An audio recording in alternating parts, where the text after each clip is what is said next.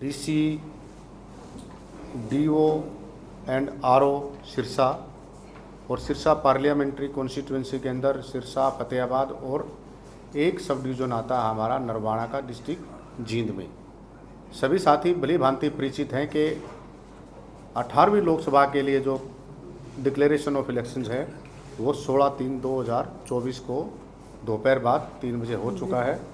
हरियाणा में चुनाव आपको पता है कि 25/5 को होगा और काउंटिंग ऑफ वोट्स पूरे इंडिया में 5/6/2024 को, और मॉडल कोड ऑफ कंडक्ट जो लगना था वो 16/3 को 3 बजे के बाद, और अंतिम रहेगा ये 6/6/2024 के, यानी कि काउंटिंग हमारी होगी 4 को। उसके 2 दिन बाद भी मॉडल कोड ऑफ कंडक्ट लागू रहेगा। जैसे इलेक्शन कमीशन ऑफ इंडिया हमेशा ही कहता है कि सबसे महत्वपूर्ण हमारे लिए प्रेस है, विशेषकर चुनाव के अंदर, और वैसे भी सभी कहते हैं कि ये प्रजातंत्र का चौथा पिलर है, लोगों तक बात पहुंचाने का, लोगों की राय जानने का, लोगों को बताने का और उनको मोटिवेट करने का।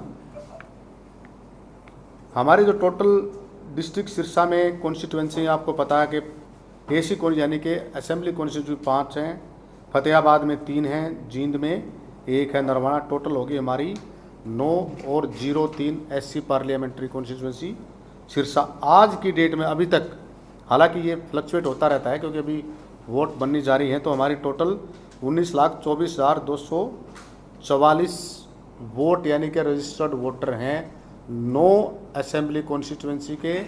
9 असेंबली कॉन्स्टिट्यूंसी का अर्थ ये हुआ कि 03 Sirsa SC parliamentary constituency. Narwana Jind के अंदर जो टोटल जो वोटर हैं वो 2,19,945, जिसमें से मेल 1,16,924 और फीमेल 1,03,019।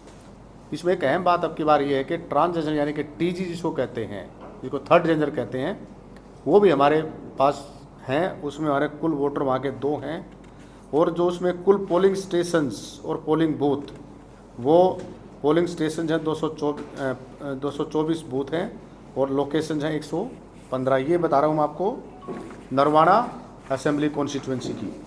इसी प्रकार से उसके बाद हमारा टोहाना, फतेहाबाद, रतिया जो कि फतेहाबाद की हैं, और उसके बाद आगे हमारे कालावाली, डबवाली, रानिया, सिरसा, एलनाबाद।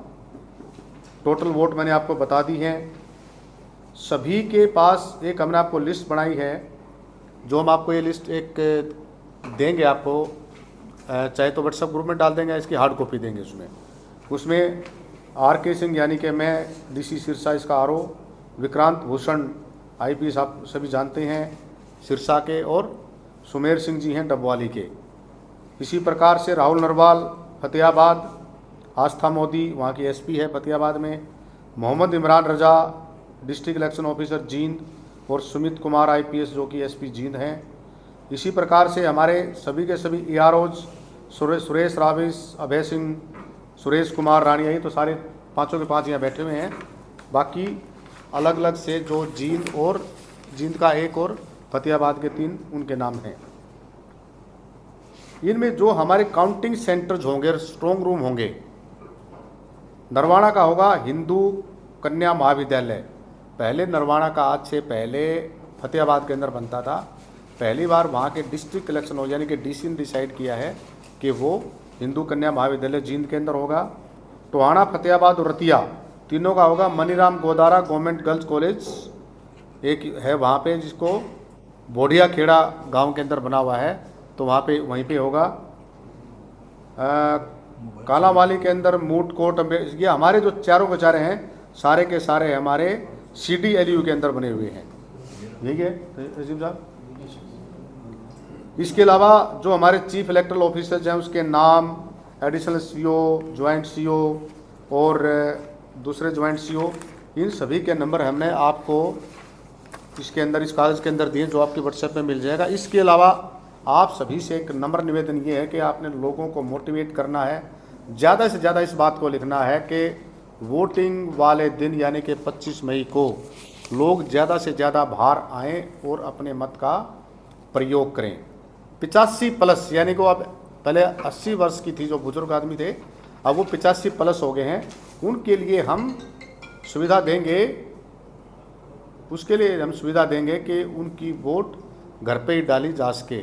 उसके बाद हमारे साथ साथ हमारे कुछ ऐसे डिसेबल्ड, स्पेशली डिसेबल्ड, जिनको हिंदी में कई बार हम अपाहिज भी कह देते हैं, उनको भी ये सुविधा देंगे कि वो अपने मत का प्रयोग घर पे ही कर ले। हमारा BLO जाके उसके मत का प्रयोग कराएगा। अगर उसने एक बार ये प्रेफरेंस दे दी कि वो मत का प्रयोग घर पे करेगा या करेगी, तो उसने वहीं पे करना पड़ेगा, उसके बाद वो बूथ पे आके अपने मत का प्रयोग नहीं कर पाएगा। इसके अलावा हम AMC, एश्योर्ड मिनिमम फैसिलिटीज, हर बूथ पे देंगे, जिसमें लाइट, पानी, बिजली, रैंप और एक व्हील चेयर भी, अगर कोई बुजुर्ग आदमी आता है जिसको ऐसी दिक्कत आएगी, वो देंगे। साथ में क्योंकि गर्मी हो जाएगी, छाया का प्रबंध वहाँ पे हर रूप में, हर प्रकार से रहेगा। ये हमारी एक मोटी मोटी सी बात थी। MCC के बारे में हमने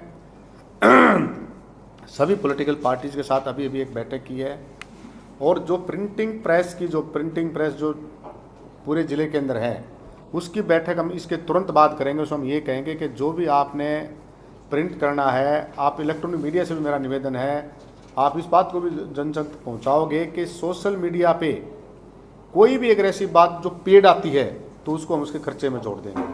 ऐसे ही प्रिंट मीडिया वाला बिना किसी नाम के ये नहीं कहा कि ये प्रिंटर है, XYZ प्रिंटर फलाना फलाना फलाना, ताकि उसको हम उसके अंदर जोड़ सकें।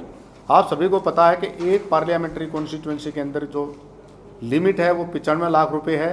अगर उससे आगे ज़्यादा खर्च करेगा कैंडिडेट तो वो रजिस्टर में जुड़ जाएगा और आगे के ऊपर केस चलता, आपको पता ही है। और आजकल ये प्रूव हो चुका है, अगर वो ज़्यादा पैसे खर्च करेगा और बताएगा नहीं और प्रूव हो जाता है वो, तो हम मतलब इलेक्शन कमीशन ऑफ इंडिया उसको, उसकी जो कैंडिडेचर है और जीता हुआ इलेक्शन भी वो हार सकता है। ऐसे हमारे उदाहरण ऐसे भी आ चुके हैं कि जो सुप्रीम कोर्ट में भी हार चुके हैं। विशेषतः उमलेश यादव उत्तर प्रदेश की जो कैंडिडेट साहिबा थी। इसके अलावा हमारे जो एक विशेष बात जो हम बताना चाह रहे थे आपको, टोटल जो हमारे बूथ बनते हैं,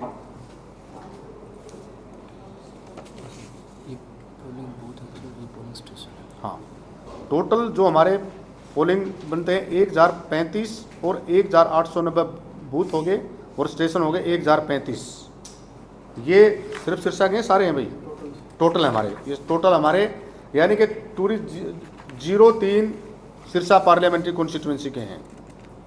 हमने आपको सारी लिस्ट प्लस मेल और फ़ोन नंबर इस कागज़ के अंदर दिए हैं। हम आपको चाहेंगे कि आप गाए बगाए एक बार तो ज़रूर लगाओ कि इस अफसर का ये नंबर है, अगर ये दिक्कत आए तो आप इस पर दे दे। जैसे उदाहरण के तौर पर हमारे यहाँ के भी हैं, यहाँ के AROज भी हैं, और DC राहुल नरवाल का नंबर, मेल, ये सब कुछ आप अखबार के थ्रू ज़रूर लोगों तक पहुँचाएँ ताकि लोगों को पता लग जाए कि हमें की दिक्कत है। दूसरा एक विशेष बात, 1950 नंबर हमारा फंक्शनल है। आपसे निवेदन है कि कभी आप कॉल करके देखें, और ना हो तो मुझे बताएं, अखबार में लिखने से पहले मुझे बता दें। वैसे तो काम कर रहा है 100%, आपको बताएगा, आपका नोट करेगा। ये हमारे हरियाणा के जो चीफ इलेक्टरल ऑफिसर हैं श्री अनुराग अग्रवाल जी, उसका नंबर, उसकी मेल, ये हमने सब कुछ आपको प्रोवाइड कर दिया। Thank you very much. अब आपसे निवेदन है कि कोई विशेष पॉइंट दिए गए, उसके लिए हमें MCC की कॉपी दे दी गई है। उसके लिए एक बहुत बड़ी प्रेजेंटेशन, जो अभी हमने आपकी बार, आज से पहले प्रेजेंटेशन नहीं देते, लेकिन अब की बार हमने प्रेजेंट करके बताया कि हमने क्या क्या करना है। कि आपने कोई भी पोस्टर और बैनर लगाना है तो सिर्फ वही लगाएंगे जहाँ पे हमने जगह सुनिश्चित की है। उनको खर्चा बता दिया, उनको रजिस्टर बता दिया, 3 प्रकार के रजिस्टर होने चाहिए, आपका बैंक अकाउंट अलग होना चाहिए, हर चीज़ मॉडल कोड ऑफ कंडक्ट की हमने उनको बता दिया, प्लस उनको कॉपी भी दे दी है।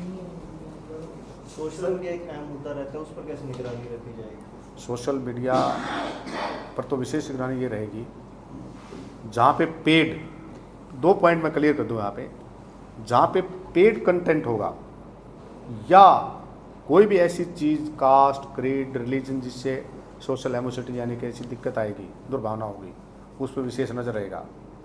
और नज़र ये रहेगा उसकी जो सोशल मीडिया सेल की जो सोशल मीडिया सेल हमारा है उसका हमारा DIO उसका यानी कि कमेटी का चेयरमैन है, और उसके साथ एक प्रोफेसर है हमारे CDLU के। इसका अर्थ मैं एक छोटी सी बात और बता देता हूँ, आप एक ऐड करना बहुत ज़रूरी है। इसका अर्थ ये है कि हम सभी लोगों की जो X चैनल है या दूसरे हैं उस पर भी नज़र रखेंगे और कोशिश करेंगे कि जो सिरसा का जो आम या आम जनों से संबंधित है उसके भी हम चैनल पर नज़र रखेंगे। और आपसे निवेदन जरूर है कि आप बताओ सर, ये भाजपा कार्यालय के सामने का है जी, आज का अभी का, उसके साथ बाकी जगह दबा शुरू कर दिया और ये बिल्कुल वैसे वैसे ही है। दिखाना जी क्या एक बार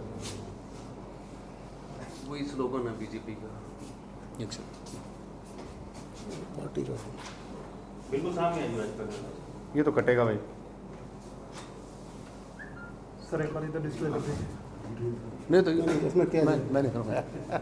सर, एक जो चुनाव आचार संहिता लागू हो गई तो कुछ जैसे टेंडर्स थे, तो जैसे अब यहाँ मेडिकल कॉलेज बनना था, उसका टेंडर हुआ, उसके बाद में रद्द हो गया, फिर टेक्निकल वजह से फिर दोबारा लगा भी दिया गया है, तो क्या इसकी प्रक्रिया अब जारी रहेगी? तो वो चुनाव आचार संहिता MCC के दौरान 2 प्रकार के काम होते हैं, हमारी टीम तैयार कर रही है उसको। एक काम तो शुरू हो चुके हैं,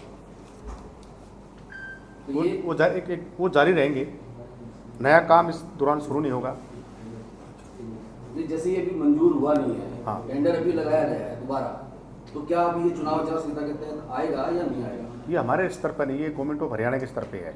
अगर वो करेंगे तो उसकी परमिशन ले लेंगे इलेक्शन कमीशन से, अच्छा। No issue. दूसरा, कोई भी अगर शिकायत जैसे दर्ज कराना चाहें आप तक, तो क्या कोई व्हाट्सएप ग्रुप बनवाया आपने या क्या कोई नंबर दिया ऐसा कुछ जिसके ऊपर? नहीं, आज एज पत्रकार या आम आदमी एज ए पत्रकार, एज पत्रकार तो हमारा DPRO है 24/7 अवेलेबल। डायरेक्ट जैसे आपके पास कोई सूचना देना चाहिए, टोल फ्री कोई नंबर आपने जारी किया हो? कोई नंबर जारी किया हो? एक तो 1950 हमारा अवेलेबल है, एक तो मैं 1950 तो कहीं तक चले गए। नहीं 1950 बाकी आप देखो नोट होगा आपका कभी भी। अच्छा चलो आप एक काम और करो, ये भी नोट कर लो, चलो ये अच्छी बात है। आपने आपके बार 1950 में कंप्लेंट भी करके देखो और उसमें नोट भी उनके नोट हुए एक नहीं हुई। 1950 में हाँ अभी कर लो आप। उस पर कार्रवाई, त्वरित कार्रवाई नहीं हो पाई, मुझे ऐसा लगता है। तो आप CBGL पे करो, 100 मिनट के अंदर कवर करेंगे हम। CBGL ऐप डाउनलोड कर लो। इससे अच्छा तो कोई एक ऐसा व्हाट्सएप ग्रुप आप बना लेते हैं उसमें जैसे आप CBGL पे करो ना, आप ऑनलाइन ही रहेगा आपका, ना मैं कुछ करता ना आप कुछ कर सकते, डायरेक्ट ECI भी देखेगा आपको इलेक्शन CBGL। आप एक बार प्लीज़ रिक्वेस्ट ये है कि आप सभी CBGL डाउनलोड कर लो। आप जाइए उसके अंदर, ऐप के अंदर CVIGIL कर दो डाउनलोड। यार इतना कोई हो तो उसको बोला, किसी एक को करवा के दिखा दो, किसी को भी DA को बुलाओ एक बार, अभी करवा देते हैं CBGL। कुछ ऐसी आपने पूरे जिले की लिस्ट बनाई है जिसमें संवेदनशील गांव या अति संवेदनशील गांव हो? एक लिस्ट होती है क्रिटिकल के बूथ सी, अभी वो लिस्ट एक बार SP साहब की तरफ से आता है, फिर उसको फिर फाइनलाइज किया जाता है उसको। सिक्योरिटी के क्या इंतजाम रहेंगे? सिक्योरिटी के तो सारे SP साहब को पता है। हम आपको बता के एक टीम के साथ एक पुलिस वाला जाता है, जेट सिक्योरिटी वाला बूथ के अंदर कोई भी उन लेके जा सकता, ना मोबाइल लेके जा सकता, RO उसको PO को छोड़ के। और अगर सिर्फ जेट सिक्योरिटी वाला एक अंदर जाएगा बूथ के अंदर, बाकी कोई नहीं जा सकता, पत्रकार भी नहीं जा सकता, आपको पता है। CBGL क्या था बोलना? CBGL जिल VIGIL CBGL। DC साहब, एक चुनाव में पैसे और शराब का खेल काफी होता है जी, उसको रोकने के लिए क्या? उसके लिए जी हमारे पास कई प्रकार की टीम बनाई गई है। एक तो मैं एक बात बताऊं कि ये हमारे लिए पूरी इंडिया में है ये, और मैं ये भी नहीं कहता कि कोई हमारी कलाकारी है ना, ये सारा का सारा मॉनिटर किया जाता है ECI से। ECI ने एक तो फ्लाइंग स्क्वाड टीम बनाई है और हमारी तैयार है। कहीं लगे आपके निवेदन तो आपसे निवेदन है कि आप जरूर बताइए। आपके 2-3 सोशल ग्रुप का मैं, आपके पत्रग्राफ ग्रुप का मैं मेंबर भी हूँ, 2 ग्रुप हैं आप लोगों ने क्रिएट किए हुए हैं, उनका मेंबर भी उस पर डायरेक्ट डाल दीजिए।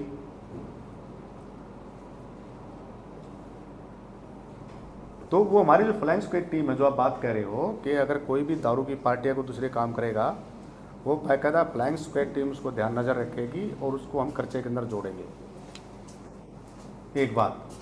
दूसरा आपका पहलू मेरे ख्याल से ये होना चाहिए आपके सवाल का कि अगर कोई इलीगल ट्रांसपोर्ट करता है तो दारू का, इलीगल से मतलब क्या हुआ, को राजस्थान से आ रही है, पंजाब से आ रही है, लेकिन मुझे नहीं लगता कि वहाँ से कोई ट्रांसपोर्ट है, क्योंकि रेट में ही मेरे ख्याल हमारे रेट भी ठीक है। यंत्र है कुछ एसडीएम साहब, नज़दीक कौन लगता है पंजाब के आपका एसडीएम साहब, कुछ डिफरेंस है? तो उसमें मेरे ख्याल कोई डिफरेंस नहीं है। तीसरी बात यह है कि फिर जो अहम बात यह है कि जो इलेक्शन कमीशन बार बार रिपीट करता है कि press and electronic media our eyes, फिर कुछ थोड़ी चीज़ कुछ आप बताओगे तो भी हम आगे प्रोसीड कर सकते हैं। ये भी आपसे नम्र निवेदन है कि आप ज़रूर बताइए कौन दारू किस प्रकार से यूज़ कर रहा है। कोई ऐसे ठेकों की भी मॉनिटरिंग की जाएगी उसमें इलेक्शन के दौरान उनकी जो है स्टॉक कम है या ज़्यादा है? ये डेफिनेटली ये तो प्रोविजन है, डेफिनेटली ये तो हमारे डीटीसी उसके नोडल अफसर हैं। DTC excise is the nodal officer, और यही है नहीं कि सिर्फ हम जो इंटर स्टेट सिक्योरिटी, ड्रग्स और ये जो लीकर है, इन सभी को लगातार मॉनिटर करके अंदर, जिसमें कि एक एसपी हम डीसीएसपी यहाँ का हो गया, हनुमानगढ़ का हो गया, गंगानगर का हो गया, मानसा का हो गया, बठिंडा का हो गया, और एक डिस्ट्रिक्ट और है। सभी साथ साथ काम करते हैं। और हमारी वीडियो कॉन्फ्रेंस के थ्रू के साथ नाके संग्रिया साइड में जाके अभी तो रहते हैं काफ़ी, मैं पूरा का पूरा जो अपना वो जितनी भी बाउंड्री लगती है वो बाउंड्री अगले 2-4 दिन के अंदर उसको हम कवर करेंगे हर हालत के अंदर। एक सर, पेड न्यूज की पहचान का पैमाना क्या रहेगा सर? आम जनता कैसे पता लगेगा ये पेड है कि नहीं? देखो ऐसा सवाल हमारे ऐसे साथी ने पूछा है जो उसका जवाब उन्हें खुद देना चाहिए। नहीं, आपका क्योंकि हम तो समाचार छापते हैं, आपका कोई आपको कहे ये पेड है तो उसका आकलन कैसे प्रकार करेंगे सर? नहीं, वो चीज़ मैं पहले थोड़ा बताऊंगा आपको, कार्रवाई के बाद जनता को पता लगना चाहिए। वो तो कार्रवाई के बाद बताऊंगा आपको मैं। आम जनता को शिकायत कैसे करेगी आपको? उसने समाचार पत्र पढ़ लिया जनता ने, देखो अगर ये सवाल आम आदमी करे तो अच्छी बात है, पत्रकार ये सवाल करे तो बात बनती नहीं। अल्टीमेटली सुनो एक मिनट को, अल्टीमेटली ये प्रिंट किसने करना है आप ये बताओ? आप सभी साथियों में से कोई प्रिंट करेगा? नहीं सर, आप इस टाइम ले गए, मान लो अशोक तंवर ने जनसभा कर ली, ये बोल दिया वो बोल दिया, पत्रकारों को छाप दिया, अब आम पाठक को ये लगे नहीं इस प्रकार से वो ज्यादा वो कर रखा है तो उसको पेड़ में आ जाएगा। ये पूछ रहा हूँ सर, कुछ कंटेंट ऐसे ताकि आम जनता को पता लगे, वो आपको शिकायत भी करे, पर आम जनता को कुछ पता नहीं लगेगा तो शिकायत कहाँ से आ गई आपके पास? आम जनता को सब कुछ पता है। देखो देखो मैं इसको आपसे ज्ञान ले रहा है ना सर, जानकारी। मैं आपका कह रहा हूँ, मुझे सारा ज्ञान है सर, मैं तो आपका प्रशासन किस क्या मेरा नहीं कर रहा है? हर बार शिकायतें भी होती है, जैसे आपने कहा तो जेल एडमिनिस्ट्रेशन से बात करो, आपके DICRO है। 100% पेड ही छपती है पॉलिटिकल 50 से लगने के बाद बोर्ड ऑफ सेनेटर के बाद ना तो नहीं, चलो मैं ये बात नहीं कह सकता, लेकिन कोई बात नहीं। ऐसा है कि आप जो बात एक्सप्लेन करवाना चाहते हो ना, हमारे पास बहुत सारे प्रूफ हैं कि जहाँ पे पेड का पता लग जाएगा। अब बताता हूँ आपको मैं कैसे, अब क्लैरिटी के साथ बताना चाहता हूँ आपको। इस चीज़ को रिकॉर्ड करो आप। जब लगातार आप 3-4 न्यूज़ इकट्ठी छापते हो ना और उनको ऊपर नीचे करते हो, आप कौन से अंतर्यामी हो गए कि जो पता लग जाता है आपको?